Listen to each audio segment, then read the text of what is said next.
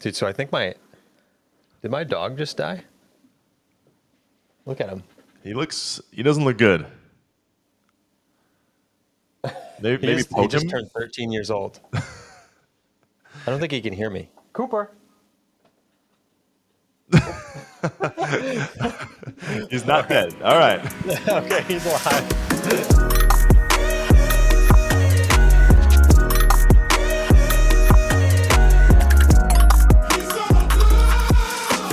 Hello and welcome to the Net Gains podcast. We are back, baby.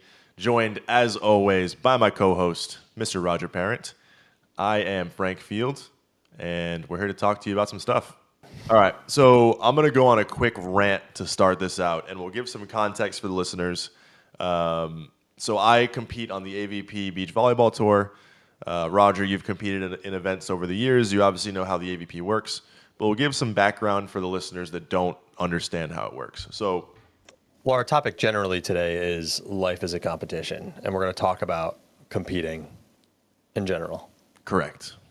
And I played in a AVP Huntington Beach Open. It's a $150,000 tournament. It's this weekend, and so the day before the tournament starts, there's a qualifier event. So only 12 teams have automatic entries to the main draw of the competition, and then there's 32 more teams that will compete in a single elimination tournament, and then 4 teams make it out of that to compete in the main draw with the rest of the 12 that are already in. So basically, it's a gauntlet of a day on Thursday where you have to win 3 matches of single elimination against teams that are basically professional main draw level quality, but only 4 of them are going to get into the tournament. So, say what you will about the AVP, about the structure of the event. Basically, what it means is there are 8 to 10 professional main draw caliber teams that are not going to be in the event because the draw is only 16 teams. Okay? So knowing that, I played in the qualifier yesterday. We won our first game. We were the 25 seed out of 32 teams. We beat the 10 seed in the first round, and then we lost to the 7 seed in the second round. The 7 seed ended up going on to upset the 2 seed, and they made it into the tournament. So knowing that background context, the mini rant that I want to go on here is just, first of all, I'm not going to rant about the AVP and the size of the draw. That's a totally different thing. But I think the issue that many athletes face in the reality of sport, for any sport outside of the top 4, basketball, football, hockey, and baseball, if you're outside of those sports, you're probably not making enough money to do your sport full time, unless you're in the 0.01% of that sport. So for many of us, we have to work a full-time job, work side jobs, and then play our sport on the side and try to be as good as you can. So basically, I work full-time for one of Roger's companies. We do the podcast on the side, and then I also compete on the AVP. So the issue that I find myself in most often, and I think you would feel the same way about this with pickleball, is that we are trying to beat people that play full-time only with half of the reps because we can only compete half-time. And I think that's the issue that a lot of people face in sport. The first match that we played yesterday, we beat a guy who plays on Team USA, another guy who plays professionally full-time. The second match we played, 2 guys who were on Team USA and couldn't overcome them. So basically, knowing all that, I want to pose it to you, Roger.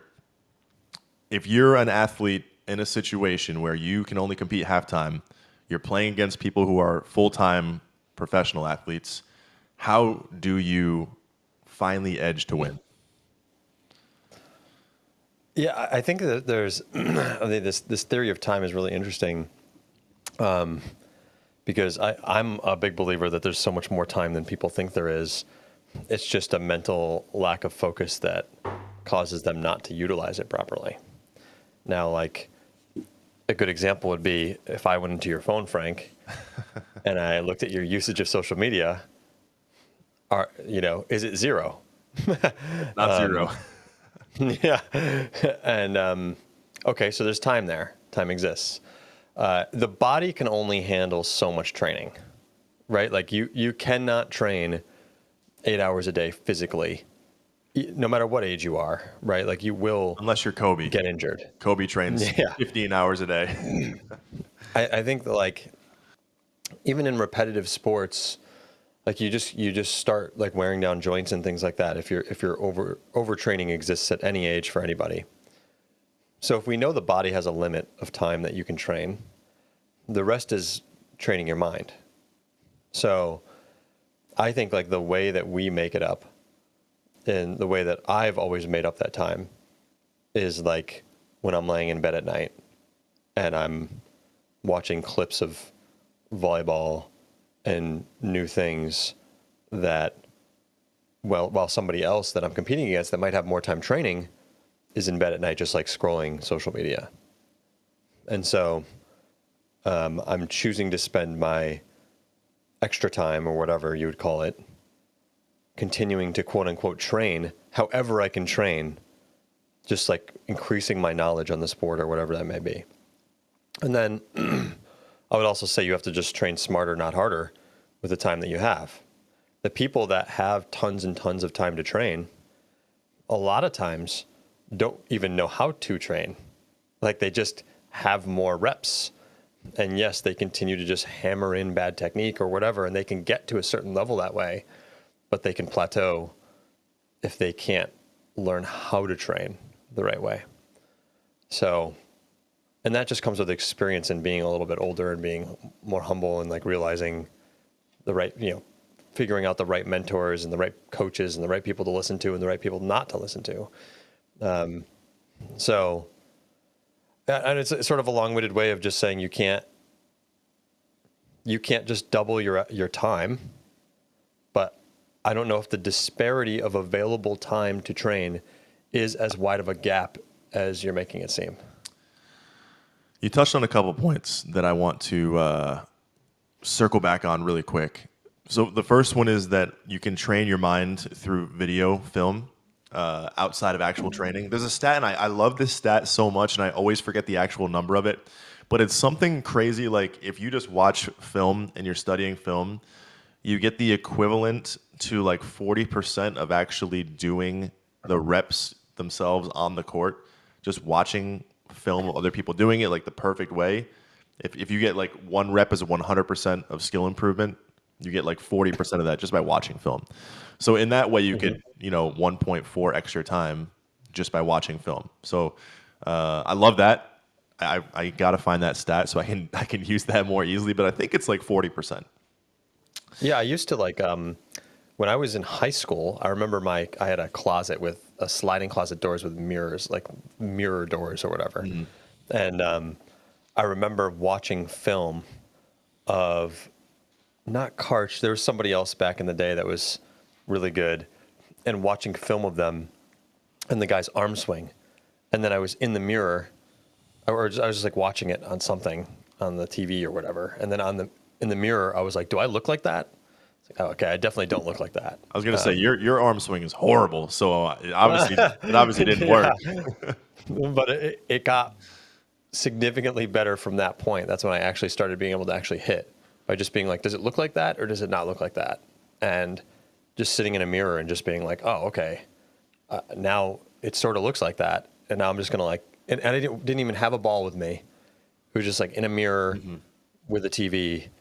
That's how I learned my arm swing. Yeah, and especially you can do that by watching the best in the world at whatever they do because their form is perfect. Like in a volleyball sense, if you watch Andy Mole, Christian Sorum do anything, it's like the most perfect form you've ever seen in your life.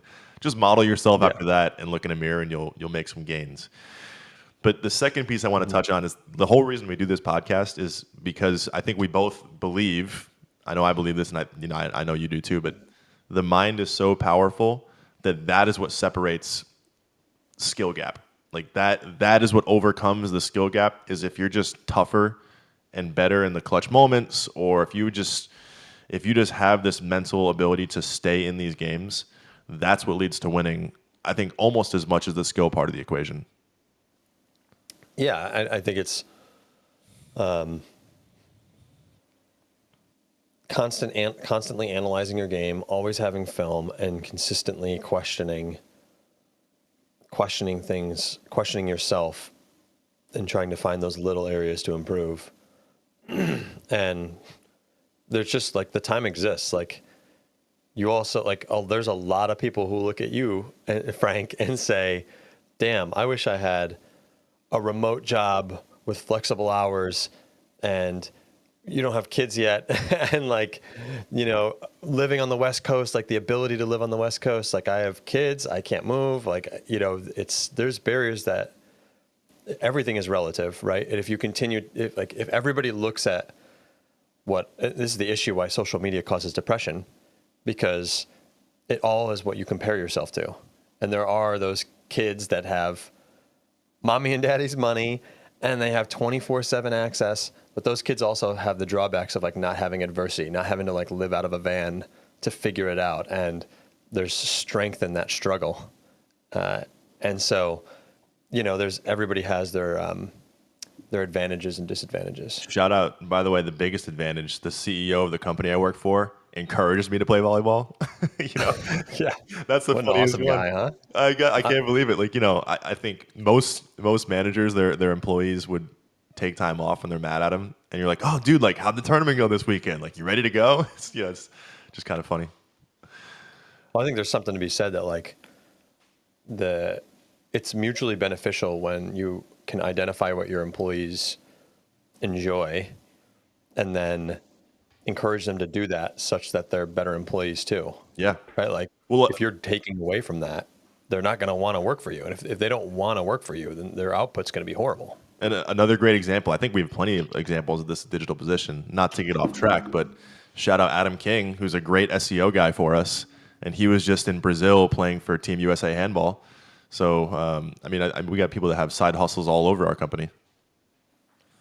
Yeah. And that's why I think they come in and do great work, and why digital position's such a strong culture and company is the fact that like, yeah, we know that if Frank is not training well and not feeling good, that it affects his work. and so, we want to encourage you to do that because then your work output's good too. Everybody wins. Yeah. Right. So let me ask you a quick question on this, because I want to, from your perspective on the bit, we talked about the sports side. If you're competing in your sport halftime, I guess your whole thing is just finding extra time to practice efficiently or study film or whatever it is. But can you lay out an example from a business perspective? If let's say you're working a full-time job, you're trying to start an entrepreneurial venture, but you can't do it full-time yet, and you're going up against other businesses or other startups that are doing it full-time. Is it the same thought process there, that you just need to find more time in your day to work on it? Yeah.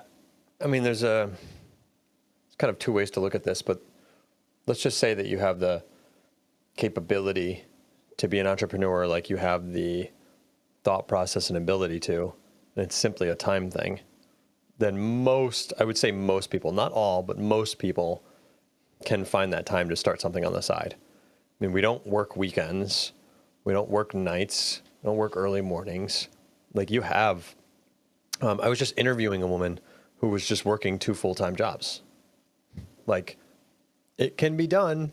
The question is like, are you willing to sacrifice time with family and other things and hobbies and whatever to accomplish that? If being an entrepreneur is your number one goal and it's like all you think about and you can't sleep at night until you become an entrepreneur, then yeah, be willing to make those sacrifices and do that. But if you're just looking to become an entrepreneur because you think it's a free and rich lifestyle, I guarantee you it is not freeing.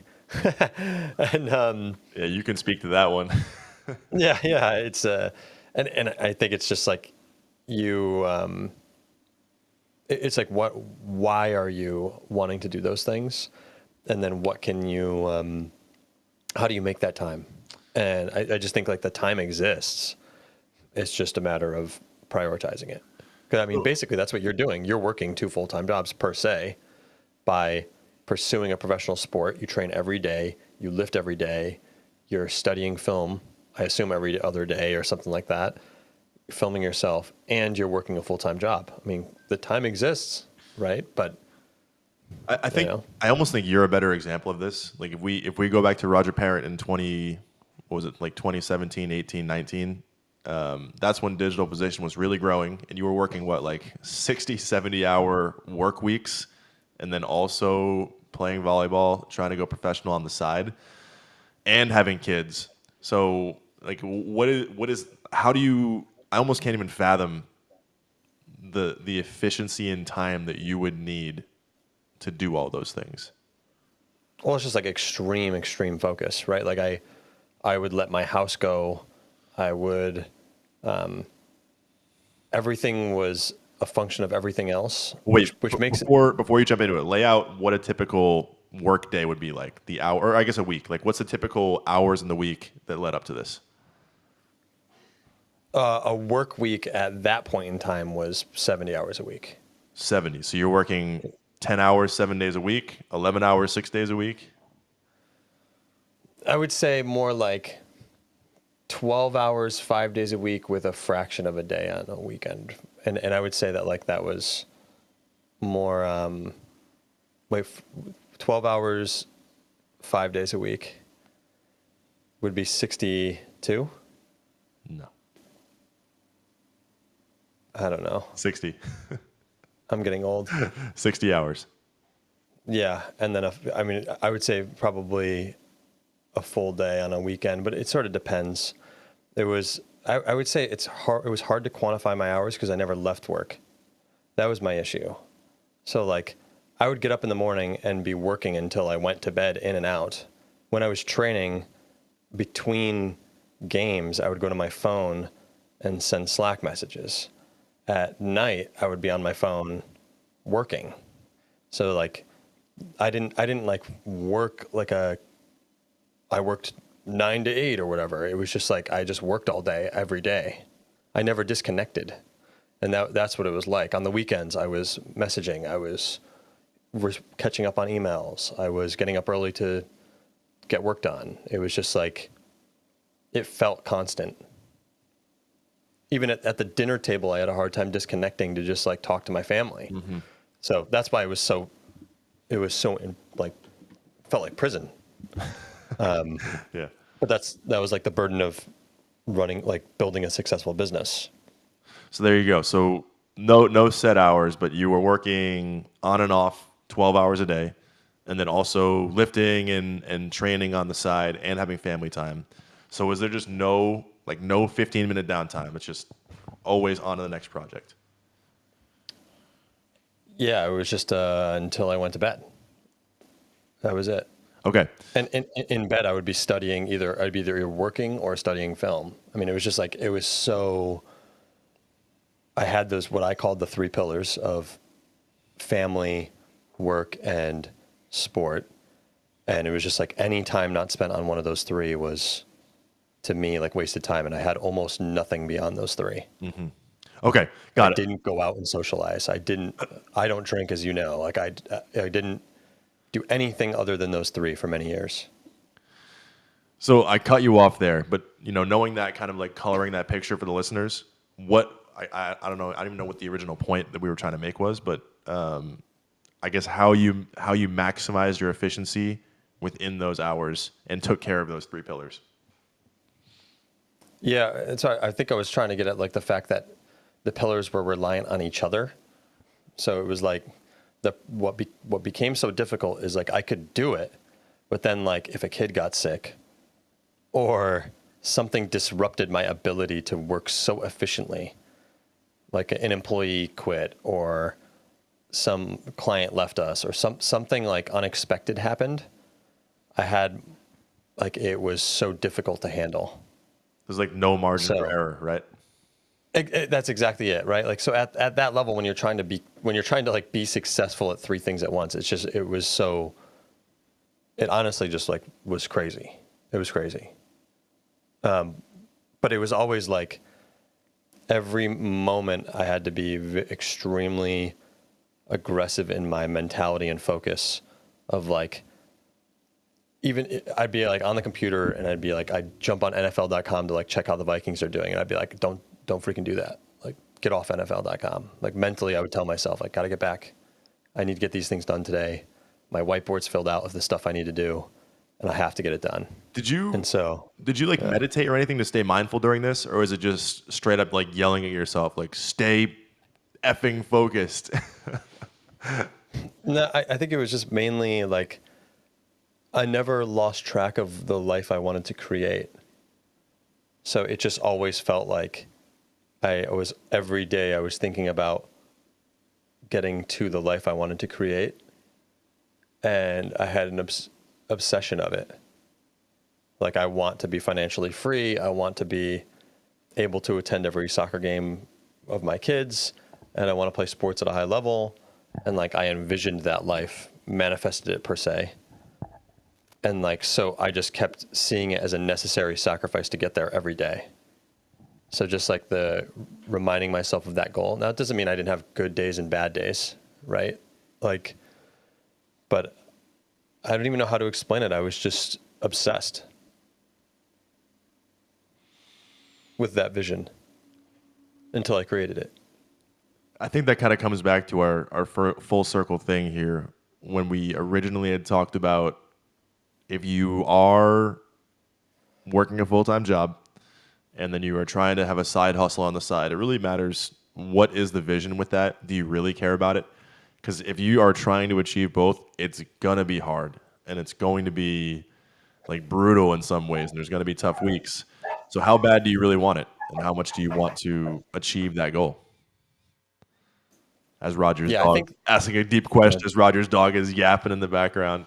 well, I think this all like sort of circles back to the main topic, which is life as a competition. And I sort of see it as like in every, not in the family side, but like with everything, it was like at work, I was competing against other agencies. At volleyball, I was competing against everyone and anyone that would play volleyball. And so I think because I had a competitive mindset and continue to have a competitive mindset, I always saw competition in places where I feel like everyone else is in denial that there is a competition. Like at work, like, yes, it's a team environment, but like, you really don't think that you're competing against your coworker next to you for that promotion or raise? Not everyone can be on the leadership team, you know? And I just was never in denial of that. It was just like, yeah, I'm going to outperform the people around me. And like, just, I'm going to be relentless in it. It's such good motivation too for those moments when it's like, oh, I'm going to check the Viking score. I'm going to look at NFL.com. And then what's your reason why you should shut it off? And for you, you would tap into that competitiveness. Like, I need to do this project because it's going to lead to me being a better agency than whoever you have on your whiteboard that you want to beat, right? So Yeah. everyone needs a little bit of that extra juice because we all have these times during our day when it's like, I'm going to take a break, go on TikTok, or I'm going to look at social media, or I'll watch the highlights from last night's game, whatever it is. Yeah. And I think like, I mean, it gets into like the sort of the dark side motivation, but I would always have like a nemesis of like my family doesn't think I can do this. My friends don't think I can do this. Frank thinks he's better at volleyball than me. Like, legitimately, when you like pulled me out of retirement, like that motivated me a ton. Like, I remember being in my garage gym working out and just thinking about like, I'm gonna freaking come there and destroy this guy. And then we ended up being partners, which is the ironic part. You tried, But you tried. yeah, Maybe I that's beat the you one thing sometimes. you didn't achieve in your career. Oh my God, get out of here. It was, it's just, you just find the things that motivate you and the way they motivate you, and then just continue to tap into them, make them front and center of your life, and identify that you're competing. And I think that like that just exists. You can compete in a way that doesn't make you toxic. You know, like there is friendly competition per se. Especially in like the workplace. Like, yeah, I'm trying to like be better than the people around me, but that doesn't mean I don't respect them or appreciate them, because I need them as someone to elevate me. Like, we elevate each other. You elevated me and I have elevated you when we competed against each other. Yeah, and that's the last thing that I want to touch on here as we close out the pod. It's like who are you surrounding yourself with? And we've touched on this in previous episodes too, but like even just being on the podcast with you right now and hearing about your 2017 to 2019 phase, it's like insane. It's absolutely insane. And that when you surround yourself with somebody like that, it's like, well, I can do way more in my life now too, as Frank Field. Like I'm not doing a fraction of the stuff that I could be doing.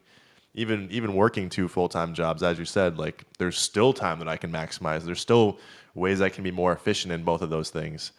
So who for the listener, who are you surrounding yourself with? Is it people who are complaining a lot and only doing one thing and like whatever, not maximizing themselves?